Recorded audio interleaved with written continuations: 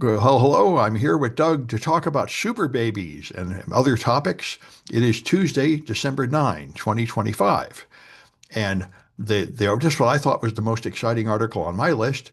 There are ads going all through a subway system in a city advertising that you can now improve your babies. He's got genetic tests to influence your baby's traits. So the idea is you make a bunch of IVF embryos and then you test them to decide which ones are the best.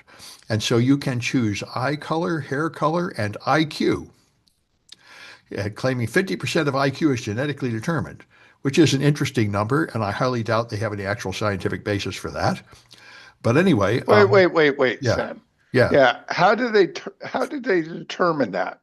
Well, I highly suspect that this is all garbage, just like those DNA testing services like 23andMe, where they'll test your genes and then send you a whole report of what they've decided about you. And then a few months later, they'll say, oh, we revised it and send you another report with totally different information in it. And the experts in the field say this is about as good as astrology or tarot card reading. Well, my question is, to know this, to Yeah, do it scientifically, you'd yeah. have to have several generations and measure the intelligence and bring that back to the genetic material. Well, yeah, and I imagine all they did was take something like data from 23andMe and take genes and correlate it with IQ or professional success or something. And Yeah, right. but that doesn't prove at all, That right, that genes cause it. But I mean, you certainly this is something I've heard about. This is a science fiction thing, right? Super babies, genetically enhanced humans. And now we do have some genetic treatments that alter your DNA, but this is just selecting it. And I've heard people complain about this ever since they found out that they could choose the sex of the baby by centrifuging the sperm. There have been huge arguments about this from the pro-eugenics people saying this is going to improve the human race to the anti-eugenics people saying this is discrimination and you shouldn't do that. Anyway, this is, I think, the first commercial service that will promise to make your baby smart or tall or have the right IQ or something.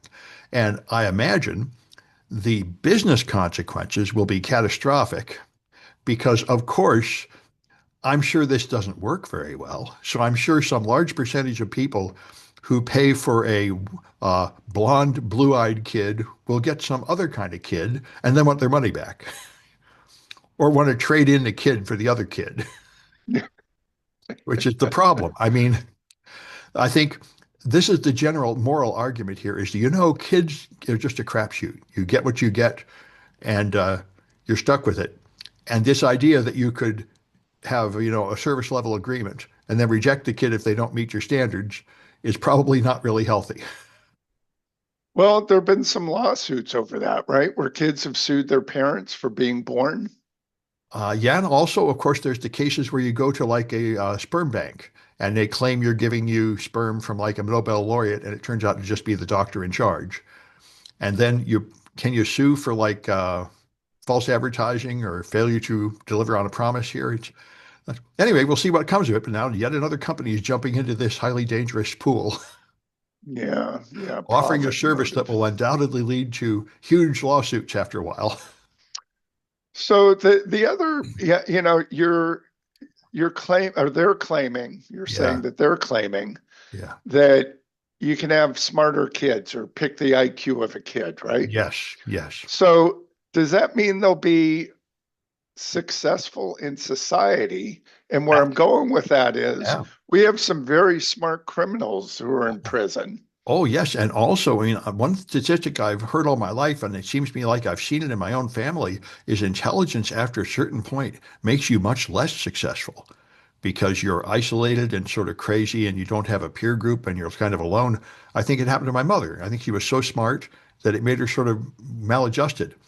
And I've heard Yeah. this, that I think above like 160, they don't succeed better. In fact, they mostly are sort of crazy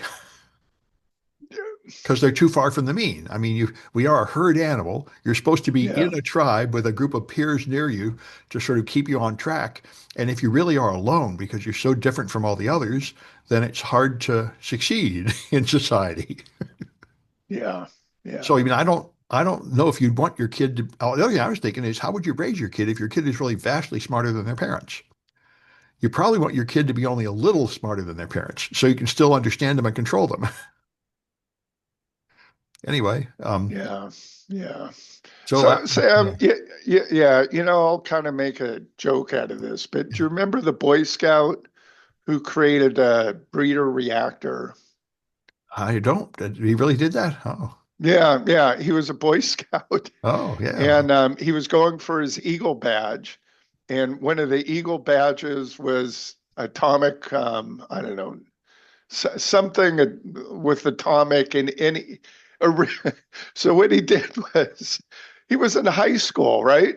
Yeah. He collected smoke detectors to get the radioactive material. Really? Yeah, yeah, and Wouldn't he you would need like write. 1,000, 10,000 of them or something? Oh yeah, yeah, yeah. He saved up all his money, and his dad bought him, or his parents bought him a book, and he kept on having little explosions in his bedroom, and so they said you need to go down to the basement, and he was doing it down there, and finally he caught a fire, and it was like, okay, you got to go out to the garden shed.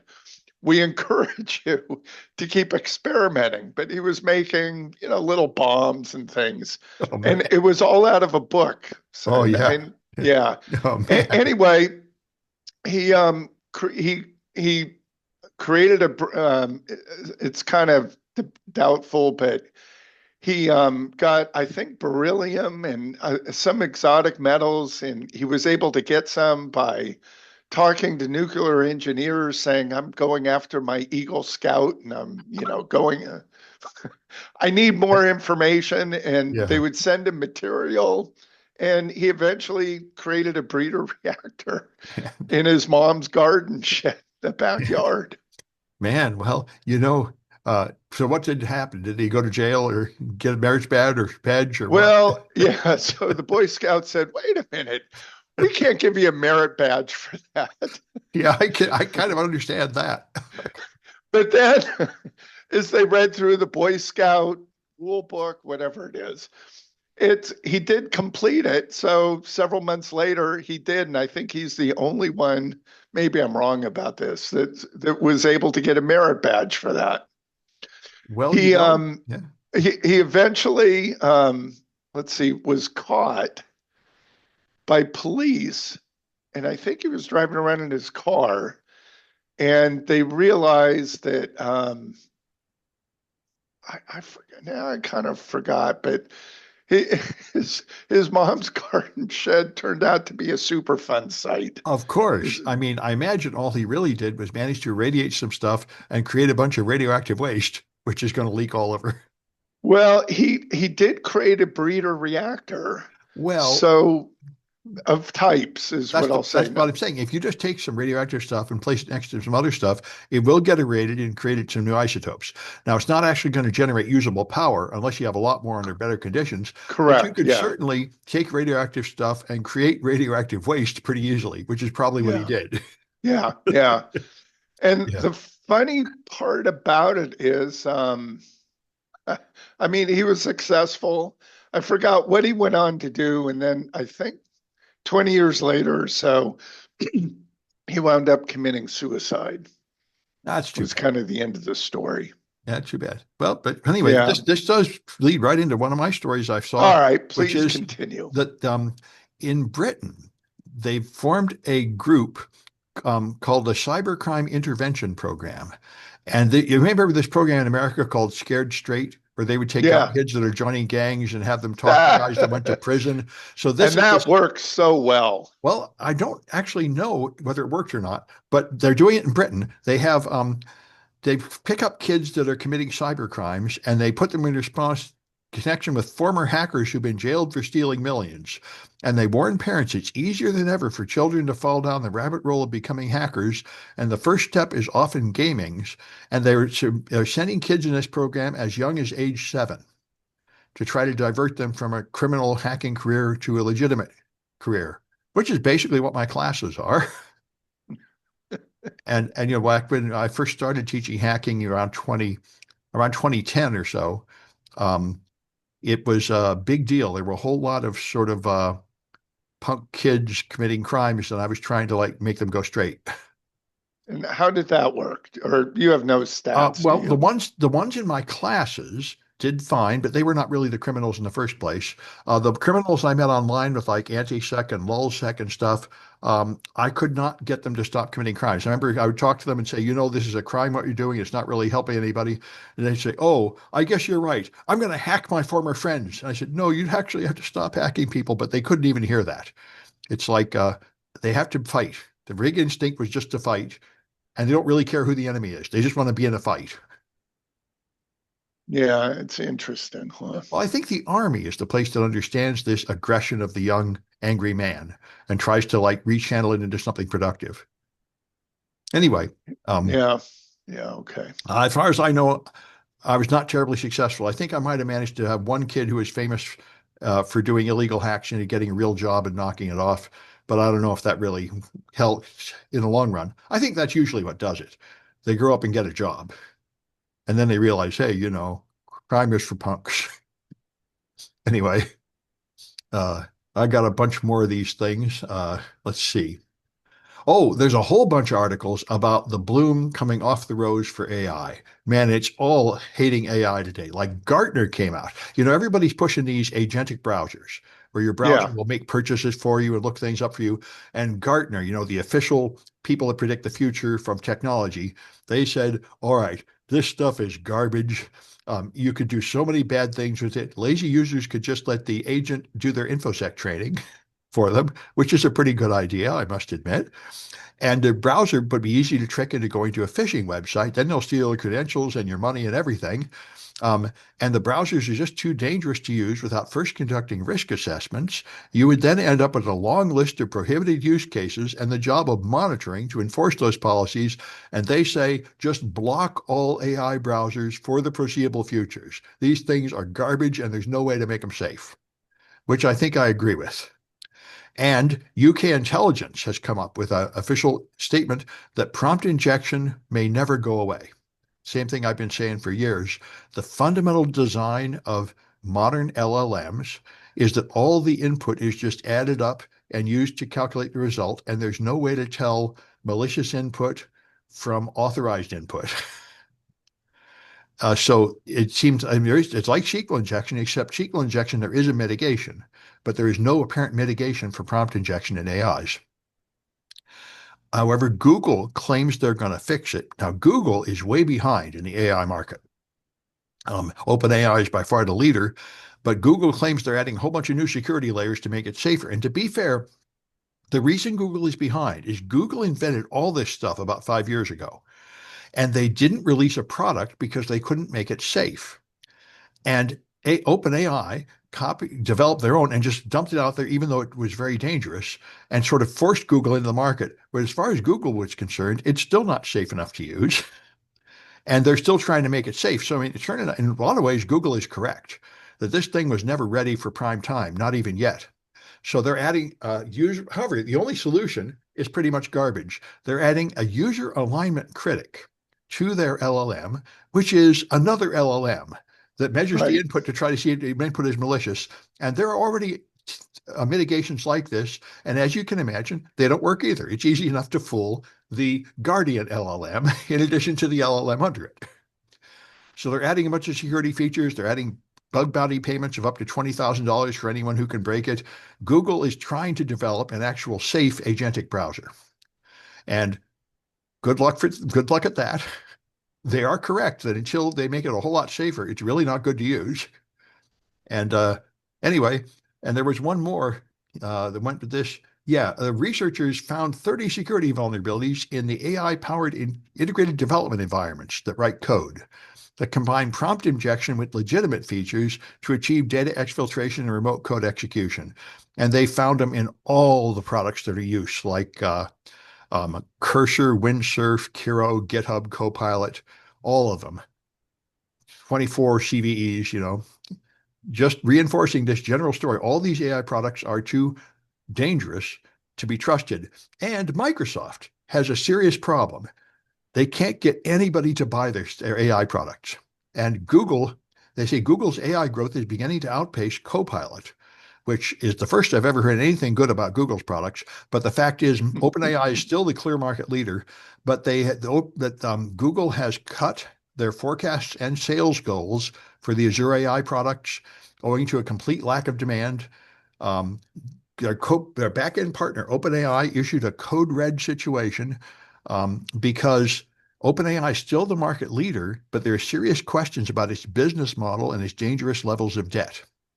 And research shows that agentic AI tools require human intervention at a frequency that makes them cost ineffective, which reminds me just like Tesla's self-driving. They say Tesla's self-driving, a human has to intervene like every 8 miles, or it'll steer right into oncoming traffic or some damn thing.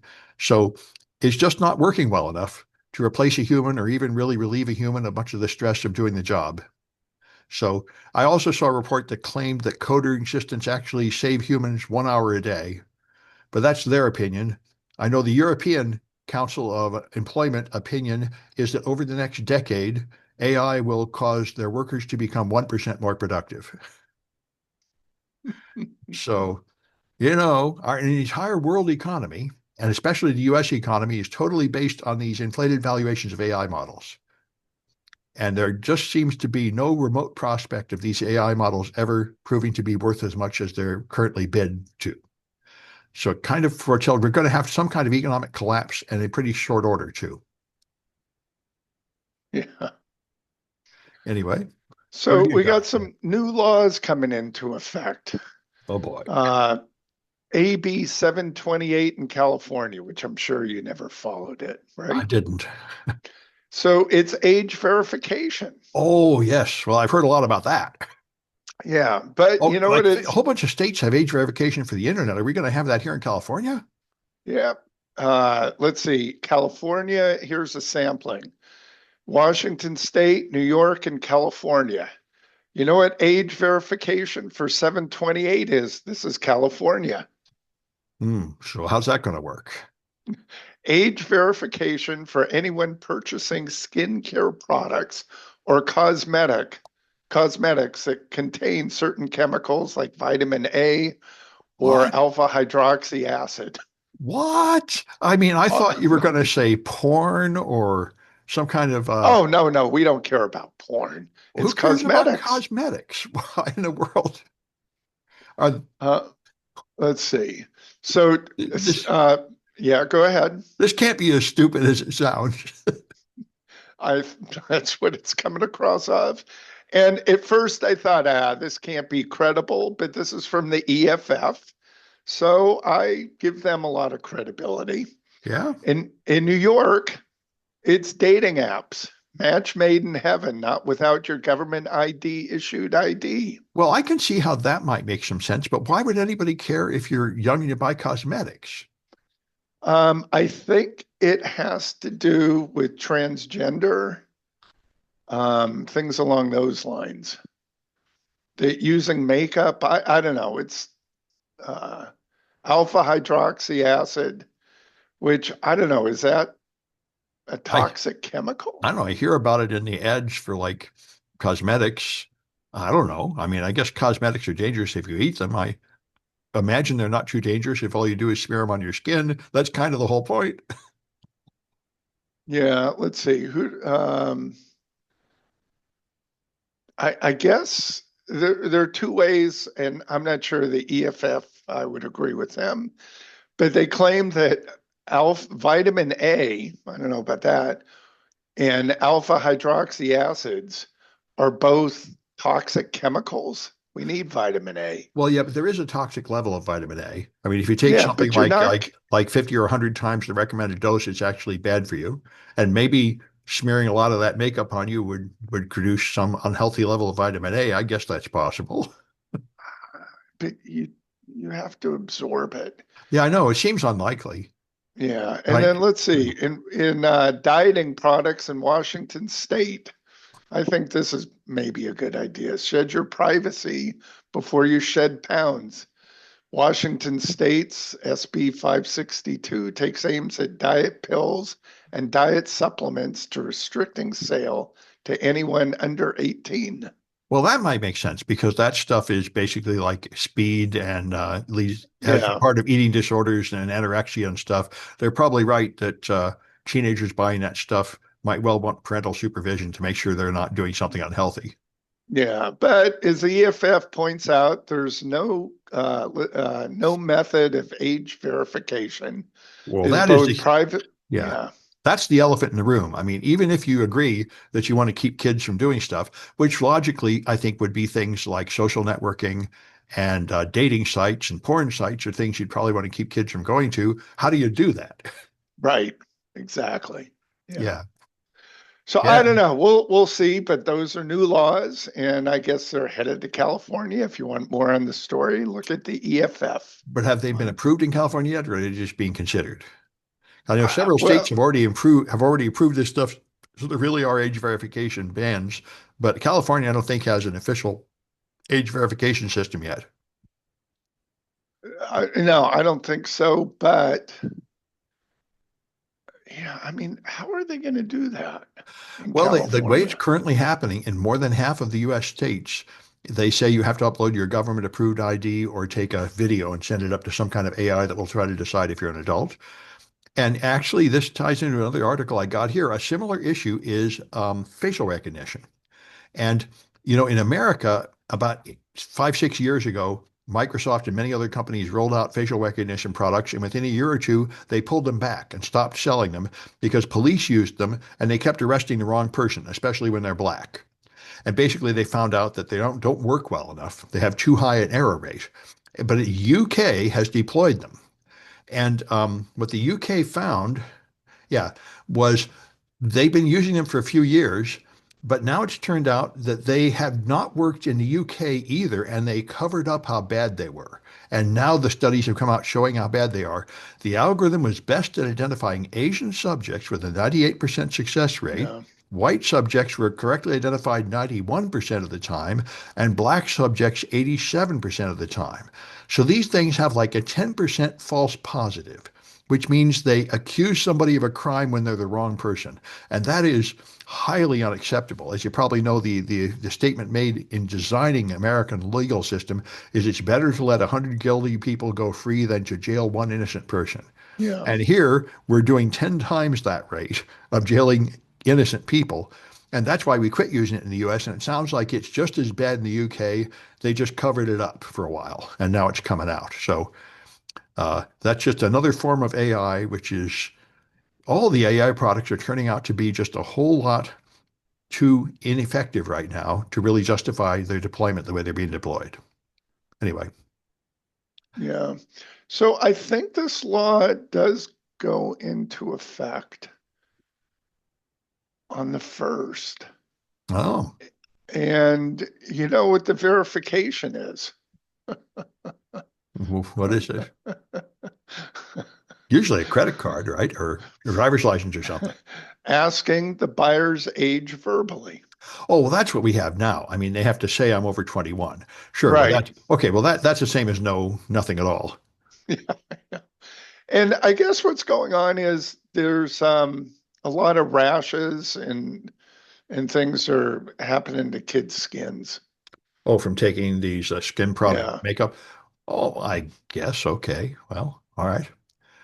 Uh, Yeah. I guess, oh, so this amends an existing law that we have on age verification well, where sure, but kids, if all you do is assert the age, then it might as well not be yeah. there at all. But so there are existing laws. I didn't realize this, but now that I think about it, it makes sense. It's limited to so kids under 18 or that require age verification for fireworks, lottery tickets, spray paint, alcohol, weapons, tanning devices. Okay. Well, that sounds more reasonable. Those are Yeah, those yeah, are, those are sort of the dangerous things most people would rather not have kids getting. yeah. And I guess there's a claim that kids as young as 8 are having irreversible skin problems as a Okay. result of some of these. So, okay. Okay. I guess that makes sense. Uh, and I see here Waymo's robotaxis are under investigation because in Austin, they illegally passed school buses 19 times this year. So apparently they aren't careful enough about that. I've noticed the robotaxis around here are very polite, safe drivers, but apparently they don't understand you can't go past a school bus. they're going to need to like train them on that, I guess.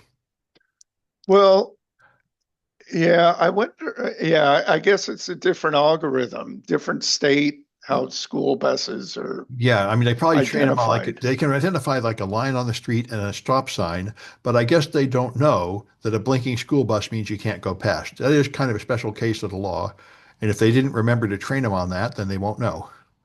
Yeah, and I will say in defense of Waymo that the school buses here that I've seen, when they pull up and they stop, they have a stop sign that pulls up. Yeah. And now, if you're traveling in the same direction as a school bus, you stop because that's pretty obvious.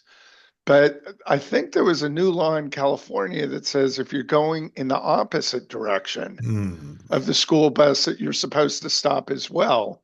And I see people blowing by that all the time because they don't know. Well, yeah, and I imagine that's not easy to spot from the other direction either. Well, there's one at the front of the bus, Oh, okay. right by the driver's side, Yeah. and one on the back side. And what I've also seen in, not in California, or at least not in the Bay Area, but there's an arm that extends out from the bumper, pardon me, Yeah. to prevent kids from running around the bus and getting it. Yeah. Well, So yeah. I get it. Yeah. Well, this is Yeah, actually raises another issue. As the laws change, like I know in San Francisco, they just changed the laws about parking and they installed some speed cameras. I yeah. wonder how you're going to have to efficiently update this software to keep up with all the law changes. But that's a learning algorithm. You can't just add some code in there, That's right, to right. do that. Yeah, Yeah. this is one of the many problems with AI. You'd have to, well, you can retrain AI. They do it all the time to learn new things. The problem is, if you train it on new things, it forgets the old things. They call that catastrophic forgetting, and it's a fundamental problem with AI. So, in particular, if you train it on new things, the old security barriers are forgotten. Yeah. So it's actually a serious problem. Anyway, and as I mentioned a week ago, this is a revolutionary thing some quantum physicists have come up with. They claim they found a way to erase data from an AI.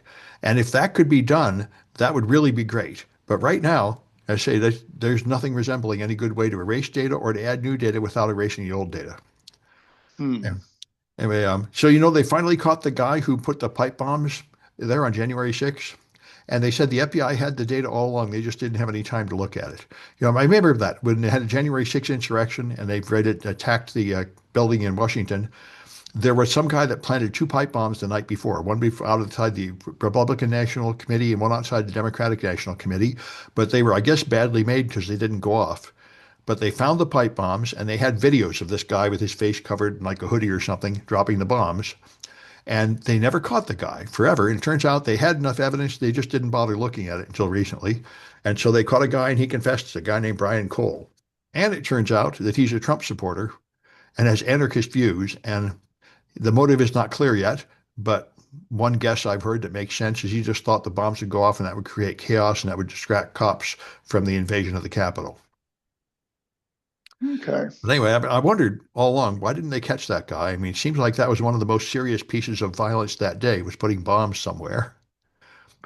So they had the videotape, or Yeah, they got it, videotape of him, but you can't see his face or anything. You just see this guy wearing like a hoodie dropping off the bombs.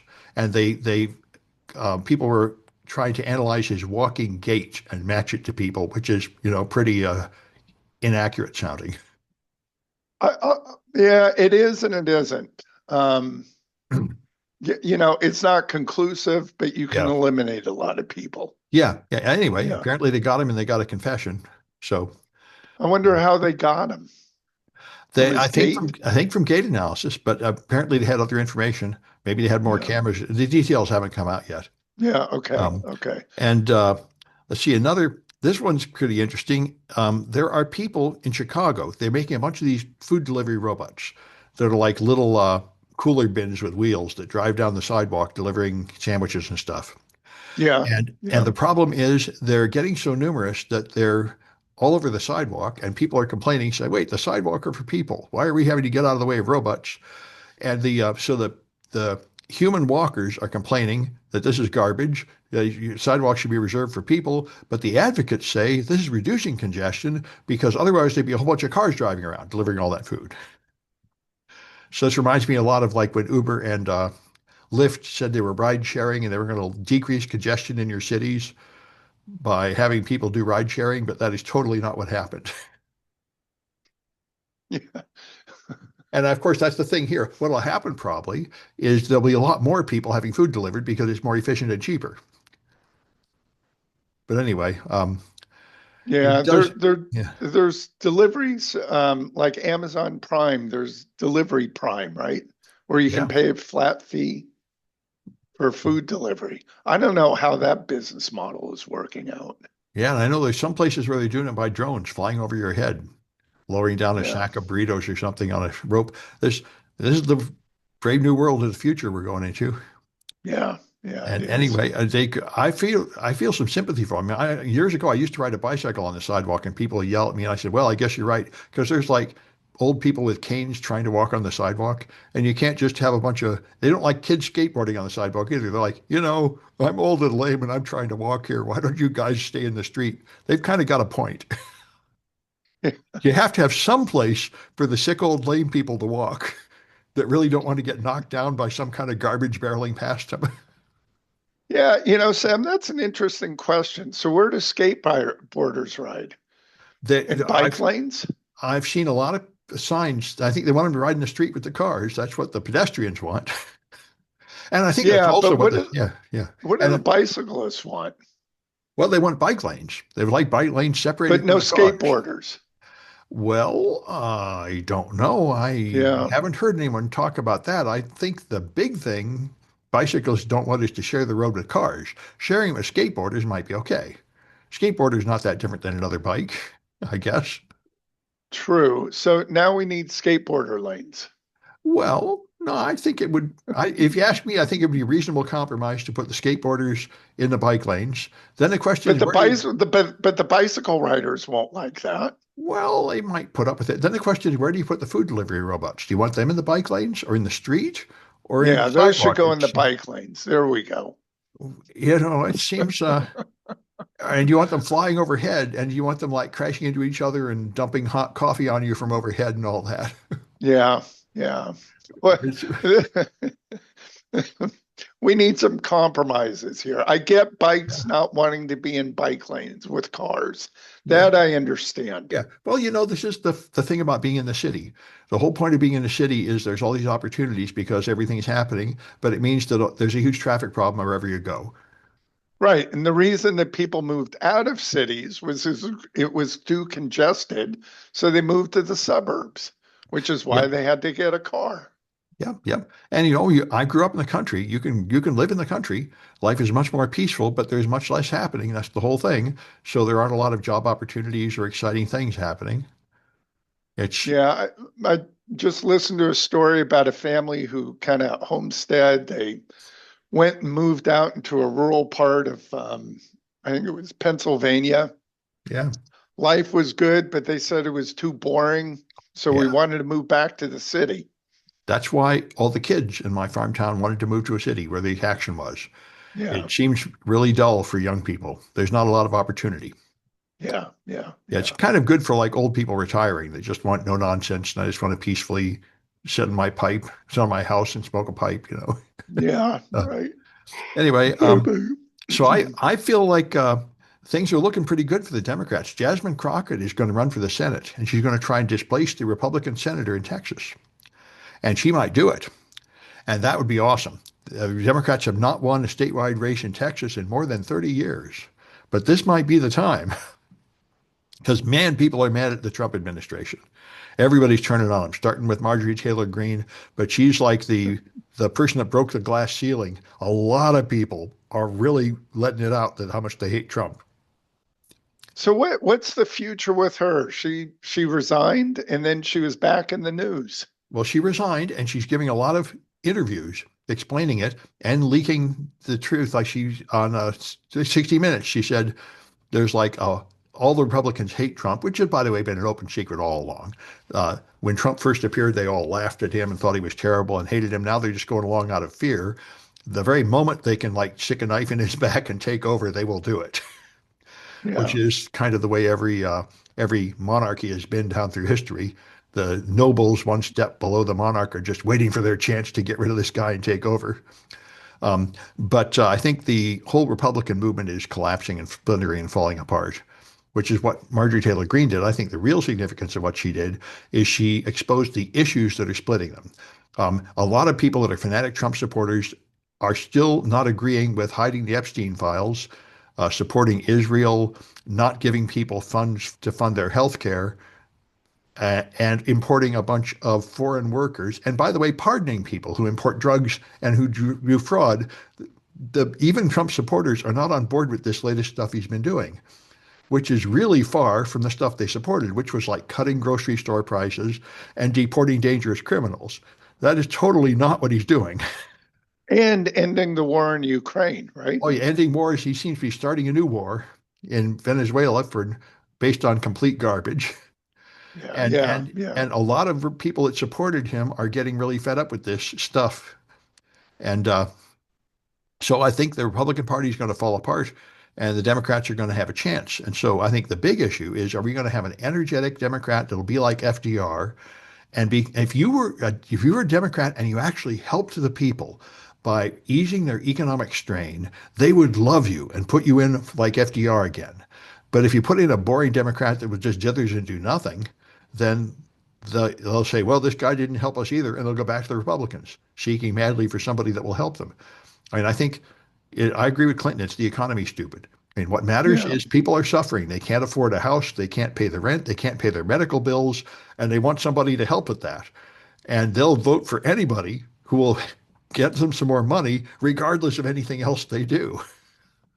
right, So right, Democrats right. really ought to come through delivering something. So hopefully we'll get an active Democrat with some energy who can improve the social safety net and help the people. Otherwise, they'll just kick the Democrat out again.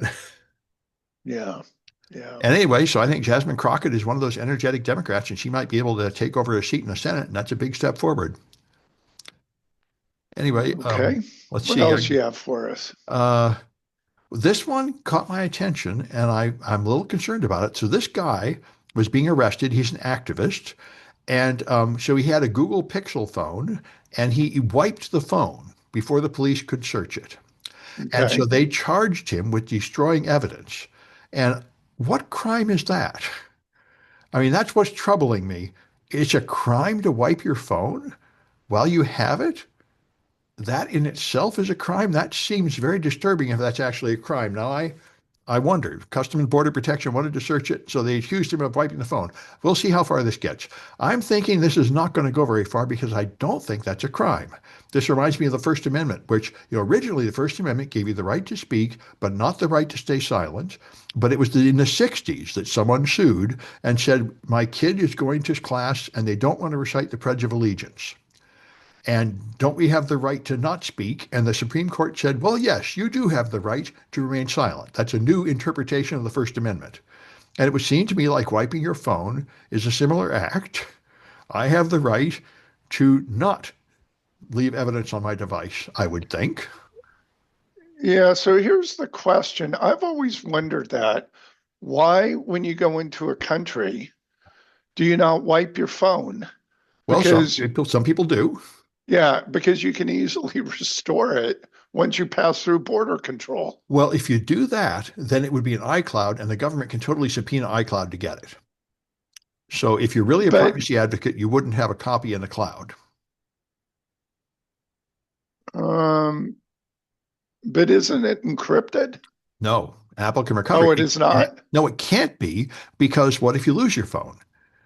You're going to need to put it on a new phone. They need to decrypt it to put it on the new phone. There's no way out of Got this. it. Yeah, Got it. I Okay. remember. I did not know that. Yeah, that's Okay. real important. That's why, normal people want to use iCloud because your real concern is losing your phone.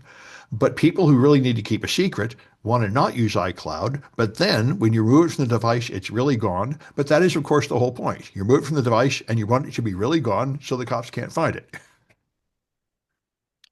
And anyway, Yeah. I'm Yeah. just I'm very So, interested in this so case. Just like Sam, what? let's Yeah, yeah, we're not lawyers, but let's kind of no, talk through this. yeah. So, has any crime been committed? That's exactly my point. And What the answer crime? is no. Well, it seems that way to me that it's not Yeah. a crime to wipe your phone. I should be allowed to smash my phone with a hammer if I want to. It's my property. I should be able to do pretty much anything with it as long as it's not hurting somebody else. Well, And and as long as you didn't use it in the commission of a crime. well, even if I did, is it is I mean, if I even if I did, is the act of destroying the phone a crime? I still think it isn't. Now it has been determined if you're a corporation and you expect a lawsuit and you destroy the evidence, that was what happened in the Enron case, and they did pass a law that that's illegal. You cannot destroy evidence that maybe that is pretty obviously is going to be part of a lawsuit that's coming. So maybe there's something like that for people. Like if the cops are pulling you over, you can't destroy any evidence because it's pretty clear you're going to be arrested. I don't know. It's an interesting issue. There are a lot of privacy advocates that have these privacy phones and they want to delete the evidence. And I guess I would like more clarity on what the legal consequences are. Yeah. Reminds me of Snowden's email provider. You know, there's this guy that ran a private email, I think called LavaSoft or something, and he was Snowden's email provider, and they served him with a national security letter saying you have to hand over all of Snowden's information. So he just turned off the business and went out of business saying, I don't want to comply with that. And they said, okay, you can go out of business, but you still have to hand over that data. That doesn't relieve you from the obligation of handing over that data. Well, that's what the story behind Theranos was. We have the databases, but they're encrypted. And this I don't understand, but again, we're not lawyers.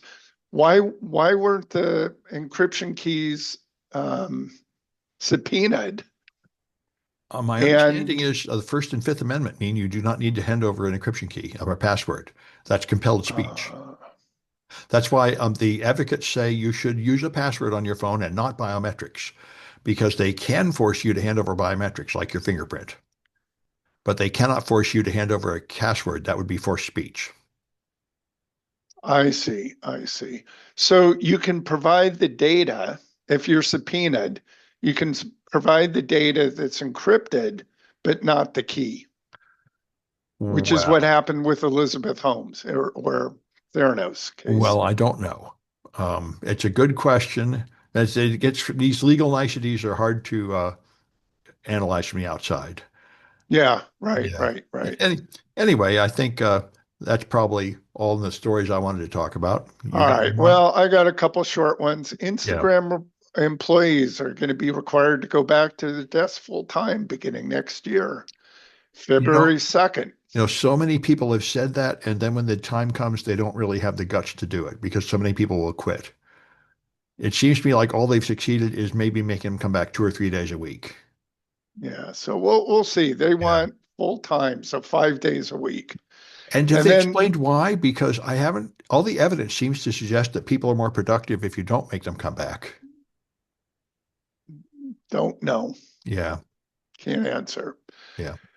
And then the other one that kind of caught my eye, pardon me, is Netflix has an offer out to buy Warner Brothers Studios and Yeah. movie theaters. Yeah.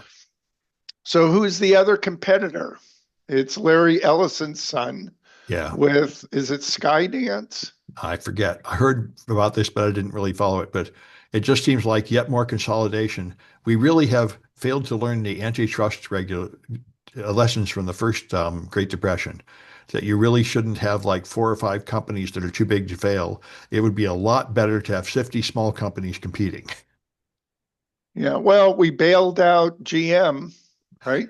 Well, we're going Not to that have to, long and now ago. we're going to have to bail out NVIDIA and OpenAI because they're too big to fail. I mean, this is a really serious form of political corruption, and it's crony capitalism. This is what collapses your economy is when you get so corrupt like this. The big corporations pay a bribe to the government to just let them get bigger and bigger. And Yeah, so yeah, here's the question that came up in Hollywood.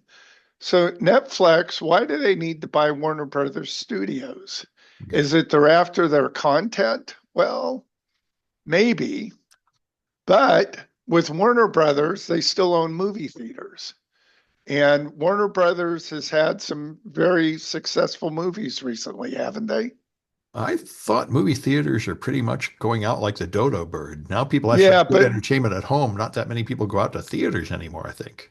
no, now that's true. But Warner Brothers has had some hits that have brought people back to the movie theaters. So one thought here is Netflix is buying Warner Brothers to kill them off and to close the movie theaters. Well, if you want the movie theaters to stay open, they might try doing what they do in Britain. In Britain, when you go to the movie theaters, there's no popcorn. Instead, people get ice cream and whiskey. You could try that. I think they've tried that already. They've also tried serving dinner at some movie theaters. I went to a theater in Sunnyvale and they had a complete bar there with all the booze and beer and everything. I didn't see anybody drinking, but there was a whole bar built into the movie theater. I didn't see anybody in the theater with like a glass of beer, but I guess they could. So, Sam, this is not unlike the 50s when you had the golden age of Hollywood, which was the 30s and the 40s and starting in the 50s. And then they would And just smoke a cigarette in the movie theater. yeah, but then you had TV come out, Yeah. and then that was the demise of the movie theaters. Yeah, but So, it didn't work out that way. Yeah. well, what was the response of Hollywood to get people back into movies? I don't know. It was widescreen. It Oh, was vivid color. And they did a lot of tricks with the movie cameras so that they could get higher density, if you would, or wide screens. Like they put three cameras together. And so you could have these CinemaScope, VistaVision. It's kind of interesting, all the different technologies that they used well, I read a review of the Sphere in Las Vegas, and they said it cost like a couple $100 for a ticket, but it's really pretty nice. I don't know. for the experience, huh? Yeah, yeah. Yeah. I mean, I think that's the thing. Movie theaters have to somehow offer some experience that's very different than what you'd have at home in order to get you to go pay $17 to watch a movie. And I And don't know. and and that's exactly what Hollywood did during the 60s to get people late 50s, 60s to get them away from to get them out of the house again. Remember when you went to the movie theater, people would dress up, Yeah. right? Yep. It was a formal event. I remember I don't know if it's still happening. There's one in like Oakland who does give you like the 1920s movie experience with like the Mighty Wurlitzer and everything. And it's really a That lot of fun. People dress up and go. It's just like it was going to the theater back then. And that they would be play, the Grand Lake Theater, but I don't think they're doing so well right now. yeah, but I mean, that was pretty cool. So like to go back in time and have the original experience with, the silent movie and the organ and everything. That was actually pretty fun. Yeah, but how you going to do that on a regular basis? You do No, that no, once, yeah, a no, it's few sort of like a theme times. park. Yeah. Well, yeah, I don't know. So it's interesting. Anyway, we'll see what's going to happen with Yeah. Warner Brothers. Well, I mean, the American entertainment business is, I think, one of our most powerful industries, and probably justifiably. Uh, I've been watching a YouTube series about some people that escaped North Korea and then talk about discovering the West. And they said what I've heard from a lot of people that come from oppressive countries. They say, we saw like American TV and we said, wow, life could be so much better. I mean, it's probably more powerful than our military at defending America is our Hollywood, showing, how great it is to be here to the whole world. Like Yeah, it used to be religion. The missionaries would go in first before the empire. Now it's basically Hollywood that goes into other nations first before our industry and military. yeah, yeah. There you There are go. soft power. Yeah. Anyway, that's it for Anyway, this one, I that's guess. it for me this time. Okay, so I have another one on Friday. See you on Friday, Sam. Yeah.